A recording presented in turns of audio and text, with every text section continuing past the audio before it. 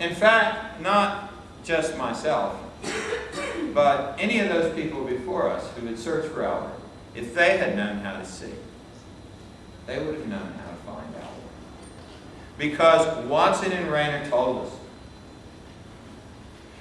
Two of the first things we learned about Albert were that his mother lived in the Harriet Lane home, and the study was conducted in the winter of 1919-1920. Now, what have we done every 10 years in the United States since 1790? What is it, Rhonda? The census. And so I thought, wow. Wow. Wow. If in fact a census taker actually came by, then Albert's mother's name might be on the census, and maybe even Albert's. So I found out that yes, a census was taken on January 2nd, 1920, of the 379 people living on the Hopkins campus. Not patients, but, you know, doctors, nurses, laundresses, students, all sorts of professions.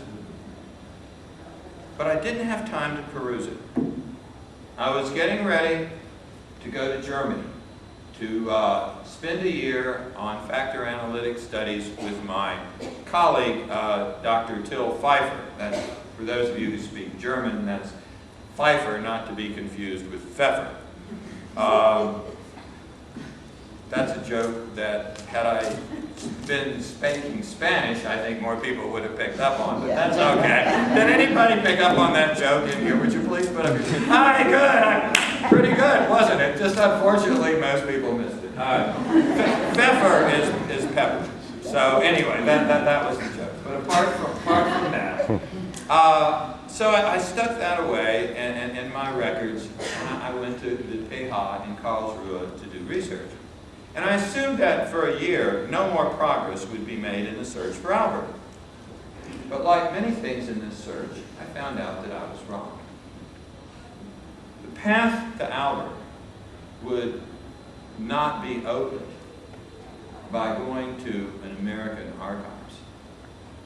The next step to finding Albert would be found by going to Granada, Spain. Yes. That's really true.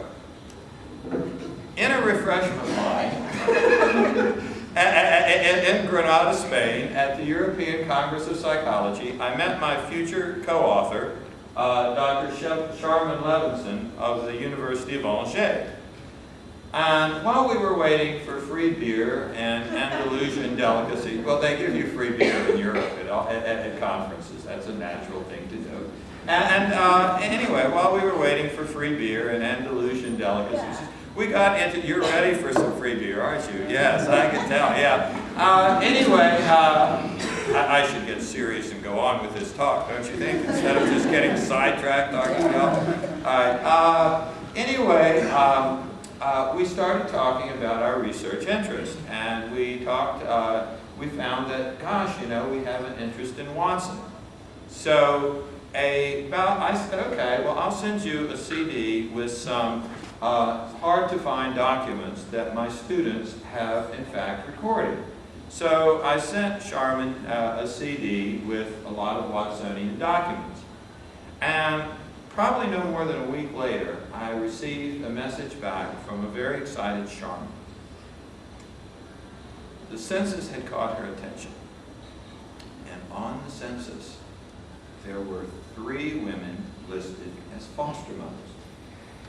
Now, today a foster mother would be somebody who has someone else's child living in their house.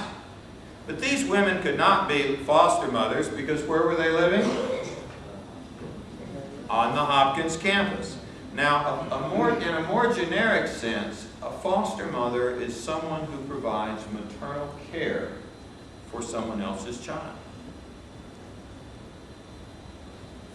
So, Dr. Levinson had given us direction, but she had not established that these 3 women were wet nurses.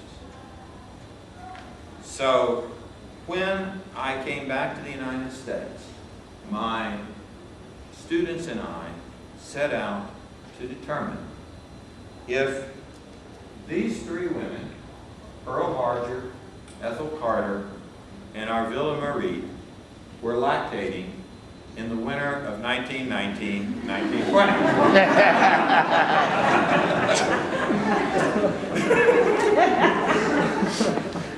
I was talking with Tom before the contest, and we were talking, both of us are UNCG doctorates, and we were talking about things our doctorate did not prepare us for.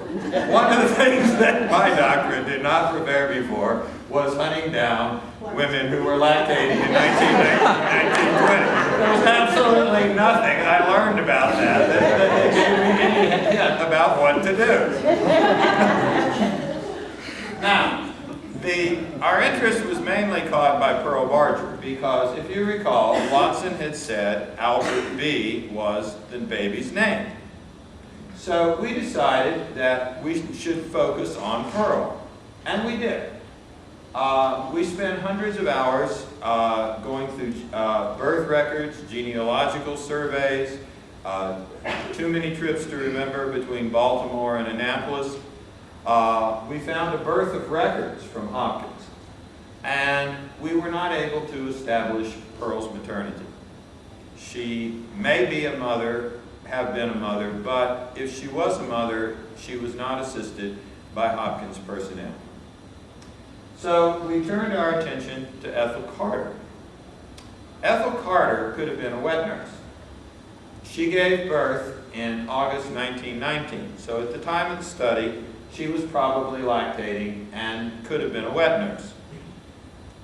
Undoubtedly, Ethel knew Albert, but she was not Albert's mother. Ethel was a black woman, and she gave birth to a female child. The third woman was Arvilla Marie. We found out that she gave birth on March 9th, 1919.